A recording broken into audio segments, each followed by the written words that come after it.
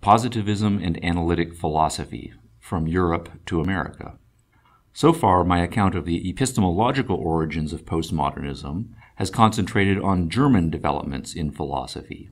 Those developments are most of the story of the background to postmodernism. In Europe, if one was a philosophically trained intellectual in the middle part of the 20th century, one's training was primarily in Kant, Hegel, Marx, Nietzsche, and Heidegger.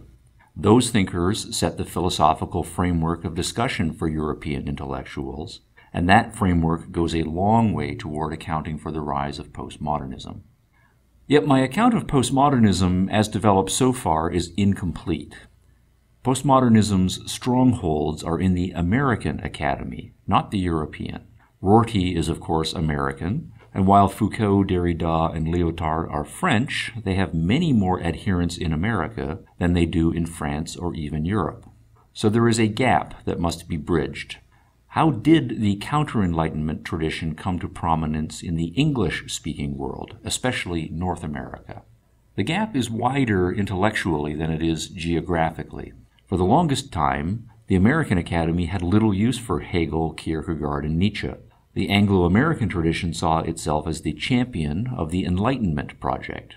It allied itself with science, with rigor, with reason, and with objectivity, and it rejected contemptuously Hegel's speculative wanderings and Kierkegaard's wallowings. It had been deeply impressed with science, and it saw science as the alternative to now discredited religious and speculative philosophy. It wanted to make philosophy scientific and to justify the roots of science. This positivist spirit, pro-science and pro-logic, dominated the Anglo-American intellectual world for much of the 19th and 20th centuries.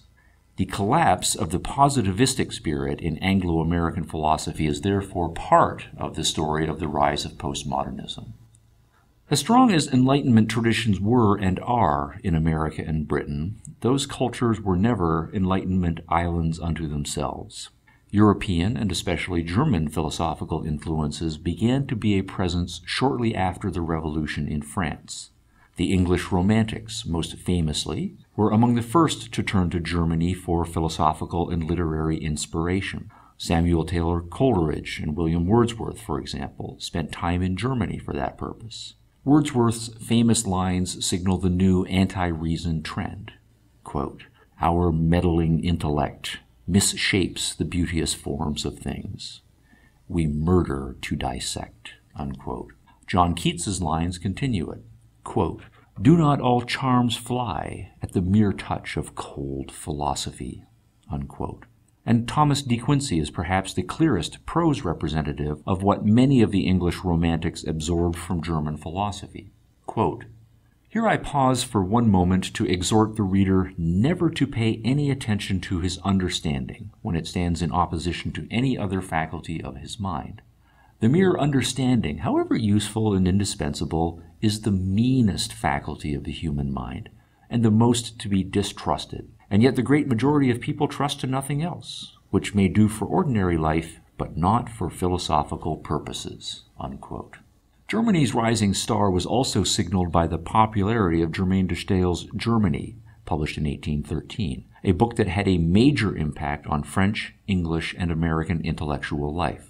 In the United States, Madame de Stael's book inspired many budding intellectuals to take up the study of German language and literature. It was read by the young Ralph Waldo Emerson, later to become America's leading man of letters. In conjunction with her book's popularity, the 1810s and 1820s also began a trend of young intellectuals going to Germany for study. This group included many of those later prominent in American intellectual life. Edward Everett was one of Emerson's professors at Harvard. Ralph's brother William studied the new Schleiermacher and Hegel-inspired approaches to theology and biblical criticism at Heidelberg. George Tickner later became professor of belles lettres at Harvard, and George Bancroft, quote, "the father of American history," unquote, attended several German universities, including hearing Hegel's lectures in Berlin.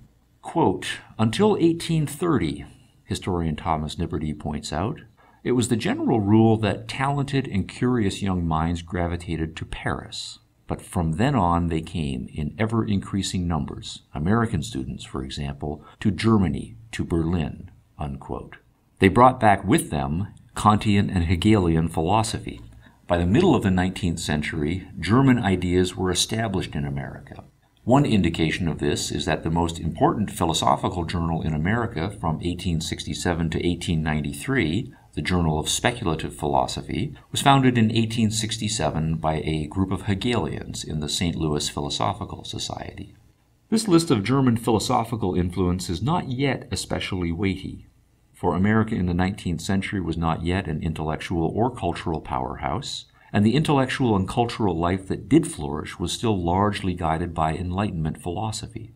To the extent that intellectual life flourished in America, German philosophy existed as a minority tradition alongside the dominantly pro-reason and pro-science traditions coming out of the Enlightenment.